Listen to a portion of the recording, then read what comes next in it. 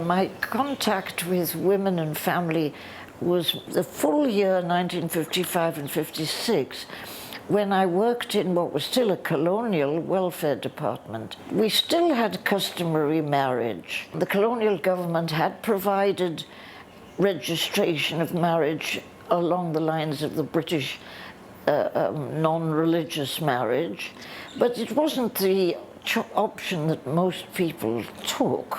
Were asked things like, what about infidelity? Oh, only if he's cruel. That they accepted that they didn't see infidelity per se as a reason for divorce. And sometimes that meant people weren't sure. I remember women coming to the welfare department that in anger the husband had torn up the marriage certificate. Now, these marriage certificates were colourful things you bought at the newsagents, and you know, there was a phoenix for the woman and a dragon for the man and so on. They'd no legal standing whatsoever. So it didn't affect, but the women thought once that was, and even family photos, oh, he tore up the photos. Does that mean I'm divorced? You know, people weren't sure what the law was. Finally decided, if they regard themselves as married and other people do, that's a marriage. One British judge said in Britain, it's the marriage of the parents that legitimizes the child. In Chinese society, it's the legitimacy of the child that legitimizes the union of the parents. The one thing that was completely the law could do nothing about was the secondary marriages. The man could unilaterally dismiss the secondary wife. She had absolutely no protection against unilateral just being thrown out, as it were. But the absence of legal aid and the absence of a Sharia court were the problems that I remember most. In the Muslim society, there was no authority. And, you know, the village imam could could register a divorce. And unfortunately, the poor man had so little income that registering a divorce was kind of income for him. And then women, I remember more than once a woman coming to sing to the welfare department and saying, you know, my former husband pushed $5 to the imam, who declared the sewing machine belongs to my husband. And it doesn't. I bought that sewing machine. That's my income. I work by it. And we had nobody to take this problem to. I remember my very first instance of this, when I was quite a new officer, a woman came and complained that her husband had taken another wife. And I was all for feeling, you know, empathy to what she must suffer.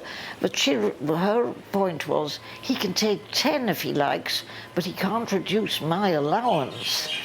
That marriage for women at a certain level of education was very much a contract in which their right was to decent maintenance. Women who accepted the role of an unmarried partner after the Women's Charter, they had no legal protection. But if they had been in what we might think of as an irregular union before 15th of September 1961 or whatever the date, they were protected. The Women's Charter accepted existing marriages. If you were married under customary law prior to 61, even if you're the 10th wife, you're still recognized as a wife. Concubinage continued. People kept mistresses, but there was no longer a protection for them. So that but socially they were still recognized. I think people do better if they've discussed before they marry all kinds of future issues, like the girl's continued relationship with her family, or a couple I know, she is from Ipoh and he's from Kuching. And they've got a pre-nuptial agreement that one Chinese New Year is spent in Ipoh and the other in Kuching. Now, these kind of things can be a matter of tension if you don't discuss them ahead, like whether she's going to continue to make an allowance to her parents from her income, and how much is going to be given to the old parents-in-law and so on, that kind of thing. So I think the great advice that one would give nowadays is try and discuss the future and think, I mean, be sure that you've got some agreement about how many children you want, roughly. And, you know, if somebody is very fond of children, make sure you're not marrying somebody who doesn't want children, you know. I can remember an old Lutheran clergyman saying that he would say, you know, people would say, but Reverend, we love each other. And he would say, yes, but do you like each other? Because unless he's your best friend, it won't work. You know?